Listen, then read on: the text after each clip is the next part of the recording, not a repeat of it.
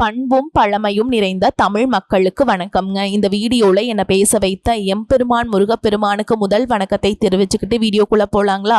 நீங்களும் என்னுடன் சேர்ந்து இந்த மந்திரத்தை சொல்லிட்டே உங்களால முடிஞ்சதுன்னா கமெண்ட் பாக்ஸ்ல ஒரு முறை கமெண்ட் பண்ணுங்க. ஓம் முருகாசரணம், ஓம் முருகாசரணம், ஓம் முருகாசரணம்.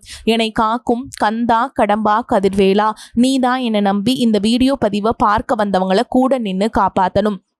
அவங்க கஷ்டம் நஷ்டம் எல்லாம் விலகி சந்தோஷமா இருக்க நீதான் ஐயா பொறுப்பு. ஜோதிடம் என்னும் மகாகலை மூலம் நாம் இன்று இணைந்துள்ளோம். இந்த கலையில ரிஷபராசி நேயர்களுக்கு என்னெல்லாம் நடக்க போகுது? அவங்க வாழ்க்கை நல்லபடியா மாறுமா மாறாதா? அவங்க பிழைக்க ஒரு வழியாவது நீ இருக்கா என அனைத்து விஷயங்களையும் விலாவரியா பேச போறோங்க. அதற்கு முன்னாடி சப்ஸ்கிரைப் பண்ணாதவங்க மறக்காம சப்ஸ்கிரைப் பண்ணிக்கோங்க. அப்படியே பெல் பட்டனையும் கொடுத்து ஆல் அப்படிங்கிற ஆப்ஷனையும் தேர்ந்தெடுத்து வைங்க. அப்பதான் நாங்க போடுற ஒவ்வொரு பதிவும் உடனே உங்ககிட்ட வரும். வணக்கம் என் அன்பான நேயர்களே, நீங்கள் காணொளியின் தலைப்பை பார்த்திருப்பீர்கள். அந்த தலைப்பை நான் ஏன் வைத்தேன் என்று நீங்கள் யோசித்துக் கொண்டிருக்கலாம். இந்த காணொளியை நீங்கள் மிகவும் கவனத்துடனும் சிந்தனையுடனும் புரிதலுடனும் பார்க்க வேண்டும் என்று நான் விரும்புகிறேன். ஏனெனில் இந்த ஒரே ஒரு காணொளியிலேயே உங்களின் கடந்த காலம், நிகழ்காலம் மற்றும் எதிர்காலம் ஆகிய மூன்றும் மறைந்திருக்கிறது. எனவே இந்த காணொளியை ஒரு சாதாரண காணொளியாக நீங்கள் கருத வேண்டாம். இது ஒரு தனித்துவமான ஆழமான கணிப்பு காணொளி. பொதுவாக இது போன்ற காணொளிகளை கொண்டு வருவதற்கு மிகுந்த ஆழ்ந்த சிந்தனையும் ஆராய்ச்சியும் தேவை. அதோடு இந்த கருத்துக்களை வெளிப்படுத்துவதற்கு மனமும் ரொம்ப நல்ல நிலையில இருக்க வேண்டும். இந்த காணொளியை பார்த்த பிறகு உங்க வாழ்க்கையிலேயே ஒரு புது தெளிவு பிறக்கும். காணொளி சற்று நீளமாக இருக்கும். ஏனென்றால் இதுவரைக்கும் யாரும் சொல்லாத தகவல்களை நான் கொண்டு வந்துள்ளேன். என் அன்பானவர்களே, முதலில் ஒரு முக்கியமான தகவலை நான் சொல்லிவிடுகிறேன்.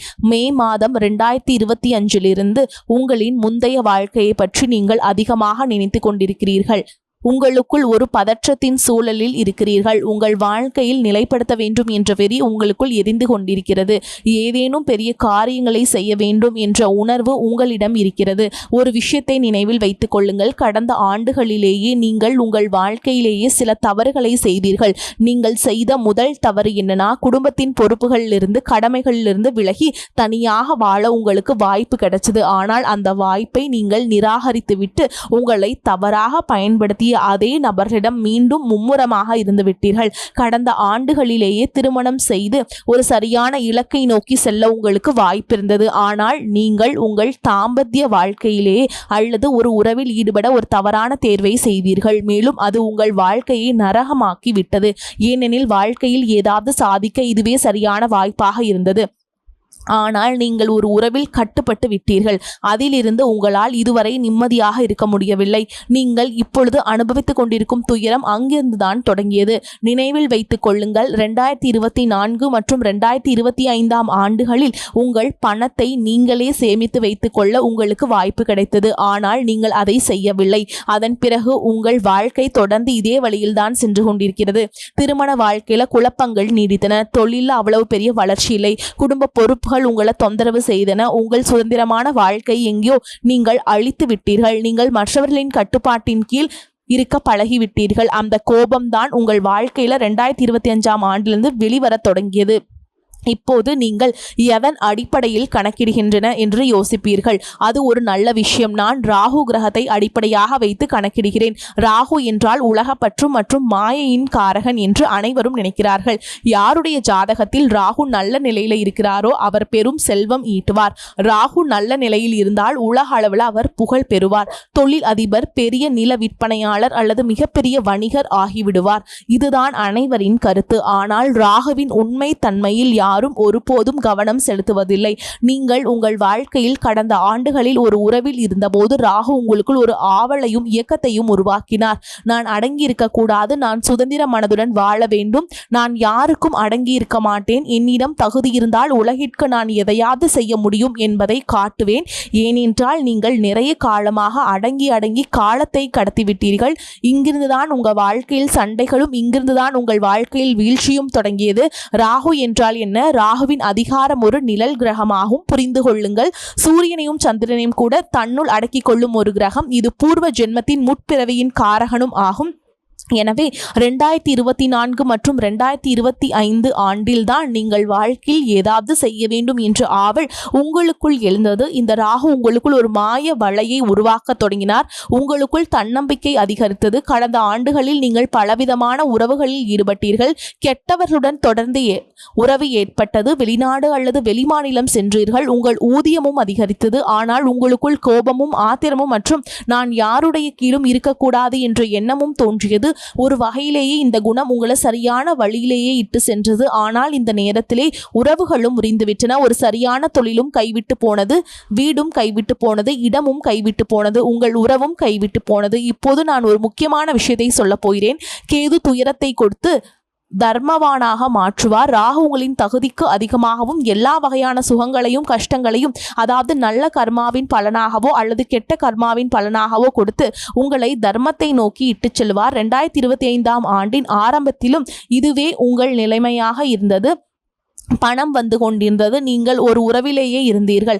ஆனால் உங்களுக்கு மோசடி நடந்தது. பணத்தின் மதிப்பை பற்றிய உங்களுக்கு தெரிந்தது. நீங்களே எப்படி சமாளிக்க வேண்டும் என்பது உங்களுக்குள் வந்தது. ஆனால் இதற்கு மத்தியில் உங்களுக்கு ஏமாற்றம் ஏற்பட்டுவிட்டது. நீங்கள் கடன் பட்டீர்கள். குடும்பத்திலேயே சண்டைகள் ஏற்பட்டன. சிலர் உங்கள் பணத்தை அபகரித்து கொண்டனர். சிலர் தவறானவர்களுடன் நீங்கள் பழக நேர்ந்தது. குழந்தைகளை பற்றிய சூழல்கள் மோசமடைந்தன. தந்தையிடமிருந்து தூரம் ஏற்பட்டது. சகோதர சகோதரிகளை பற்றிய சூழல் மோசமடைந்தது. வாழ்க்கை துணையும் சண்டைகள் ஏற்படுத்தி கொண்டிருந்தார்கள். ஆனால் இப்பொழுது பாருங்கள், உங்க வாழ்க்கையில் மாற்றம் வர தொடங்கியுள்ளது. உங்களை விட்டு பிரிந்து செல்ல போகும் உறவு என்று நான் எழுதியுள்ளேன். அது தண்டனை இல்லை, அது ஒரு ஆசீர்வாதம். நீங்கள் இத்தனை நாட்களாக பிடித்து கொண்டிருந்த, உங்களை அழுத்தி கொண்டிருந்த சில மனிதர்கள், சில நினைவுகள் அல்லது பழைய பழக்கங்கள் விலகி போகின்றன. இந்த விடிவு உங்கள் வாழ்க்கையில் ஒரு புதிய வாசலை திறக்க போகிறது. உங்களை உண்மையாக மதித்து நேசிப்பவர்கள் மட்டுமே இந்த 2026ஆம் ஆண்டில் உங்கள் வாழ்க்கைக்குள்ளே வரப்போகிறார்கள். எனவே பயப்படாதீர்கள். இது ஒரு முடிவல்ல, இது உங்கள் புதிய ஆரம்பம். உங்களை விட்டு பிரிந்து செல்ல போகும் உறவு என்று நான் எழுதியுள்ளேன். அது தண்டனை அல்ல, அது ஒரு ஆசீர்வாதம். நீங்கள் இத்தனை நாட்களாக பிடித்து கொண்டிருந்த, உங்களை அழுத்தி கொண்டிருந்த சில மனிதர்கள், சில நினைவுகள் அல்லது பழைய பழக்கங்கள் விலகி போகின்றன. இந்த விடிவு உங்கள் வாழ்க்கையில் ஒரு புதிய வாசலை திறக்கப் போகிறது. உங்களை உண்மையாக மதித்து நேசிப்பவர்கள் மட்டுமே இந்த 2026ஆம் ஆண்டில் உங்கள் வாழ்க்கைக்குள்ளே வரப்போகிறார்கள். எனவே பயப்படாதீர்கள். இது ஒரு முடிவல்ல, இது உங்கள் புதிய ஆரம்பம். இந்த 2026ஆம் ஆண்டை பொறுத்தவரைக்கும் மிகப்பெரிய எதிர்பார்ப்பை ஏற்படுத்தி இருக்கும் அமைப்பு எதுவென்றால் குரு பெயர்ச்சி குரு பகவான் 11 வருடங்கள் கழித்து ஜூன் 1ஆம் தேதி மீண்டும் கடக ராசியில உச்சமாக போகிறார். உச்ச குருவுடைய பார்வையில் சனி இருப்பது ஒரு சிறப்பான அமைப்பு. குரு பகவான் வருட ஆரம்பத்தில் 2ஆம் இடத்துல வக்ரமாக இருந்து ஜூன் 1ஆம் தேதி 3ஆம் இடத்துல உச்சமாவார். அஷ்டமாதிபதி 8ஆம் அதிபதி 3ஆம் இடத்துல உச்சமாவது விபரீத ராஜயோகத்தின் அடிப்படையிலேயே திடீர் அதிர்ஷ்டம் மற்றும் திடீர் மாற்றங்களை உறுதியாக கொடுத்துவிடும். சனி பகவான் லாபஸ்தானமான 11ஆம் இடத்தில் இருக்கிறார். லாப சனி நல்ல பலன்களை கொடுக்கும். ராகு 10ஆம் இடத்துல ஜீவனஸ்தானத்துல, கேது 4ஆம் இடத்துல இருக்கிறார். புதிய மறுதொடக்கம். 2025இல் இருந்த மன நிம்மதி குறைவு, தூக்கமில்லாத இரவுகள், பேசி காரியங்களை கெடுத்தது போன்ற பிரச்சனைகளுக்கு இந்த 2026ஆம் வருடம் விடிவு காலத்தை கொடுக்கும். ஜூன் 1ஆம் தேதிக்கு பிறகு குரு 3இல் உச்சமாவதால் நீங்கள் என்ன முயற்சி செய்தாலும் அது வெற்றியை நோக்கி பயணிக்கும். முயற்சியில் வெற்றி, திடீர் அதிர்ஷ்டம், திடீர் மாற்றம், பயணங்களால ஆதாயம் ஆகியவை உறுதியாக கிடைக்கும். இடமாற்றம் என்பது இந்த வருடத்தில் நிகழ ஆரம்பிக்கும். ஒரு சின்ன இடமாற்றம் செய்தால் கூட அதன் பிறகு அபாரமான வளர்ச்சியும் ஏற்றமும் இருக்கும். புதிய மனிதர்களுடைய தொடர்பு மற்றும் அவர்களால் ஆதாயம் உண்டாகும். பேச்சு குறைந்து செயலில் வெற்றி என்பது இந்த வருடத்தின் முக்கிய மாற்றமாகும். 2025இல் பேசிய பல விஷயங்களை இழந்தீர்கள். ஆனால் 2026இல் செயலை செய்துவிட்டு பேசிக்கொள்கிறேன் என்கின்ற தெளிவான முடிவுக்கு வந்திருப்பீர்கள். குடும்பத்தில் இருந்த குழப்பங்கள் சரியாகும். தங்க அணிகலன்கள் வாங்குவதற்கான யோகம் நிறைய பேருக்கு உருவாகும். அதே மாதிரி அடகில் இருக்கிற தங்கத்தை மீட்டெடுப்பீங்க. 11ஆம் இடத்துல இருக்கும் சனி உச்சகுருவின் பார்வையில் இருக்கிறதால தன லாபம் ரொம்ப சிறப்பாக இருக்கும். பணத்தை நோக்கிய பயணம் அதிகமாக இருக்கும். 9ஆம் பாவத்தில் உச்சகுருவின் பார்வை இருப்பதால் ஆன்மீக குலதெய்வ வழிபாடு மேம்படும். குலதெய்வத்துடைய அருள் கிடைக்கும். ஆன்மீக யாத்திரை, ஆலயங்களுக்கு நன்கொடை செய்வது போன்ற சுப விரய செலவுகள் இருக்கும். உங்களுடைய மதிப்பு மரியாதை மேம்படக்கூடிய காலகட்டம். கவனிக்க வேண்டிய விஷயங்கள், இவ்வளவு நல்ல விஷயங்கள் இருந்தாலும் எதெல்லாம் தான் அக்கறை செலுத்த வேண்டும் என்றால் 4ஆம் இடத்தில் இருக்கும் கேது மன நிம்மதியை கெடுப்பார். மனதில் ஏதாச்சும் ஒரு குறை கவலை இருந்து கொண்டே இருக்கும். எனவே தியானம் செய்வது, தெய்வ வழிபாட்டை அதிகப்படுத்துவது, வீட்டையே தெய்வீகமாக மாற்றுவது மிகவும் அவசியம். உடல் ஆரோக்கியம் 4ஆம் இடத்து கேதுவால் தோல் சம்பந்தமான பிரச்சனைகள் வரலாம். 10ஆம் இடத்தில் இருக்கிறது ராகுவால் கால் பகுதி, மூட்டு பகுதிகளில் வலிகள் அதிகரிக்கலாம். அறிகுறிகள் இருந்தால் உடனே மருத்துவ பரிசோதனை செய்வது நல்லதுங்க. வண்டி வாகனத்தில் பயணிக்கும் பொழுது தலைக்கவசம் அணிவது நல்லது. தாயார் மற்றும் தாய்வழி உறவுகளில் உடல் ஆரோக்கியத்தில் முக்கியமாக கவனம் செலுத்திக் கொள்வது நல்லதுங்க.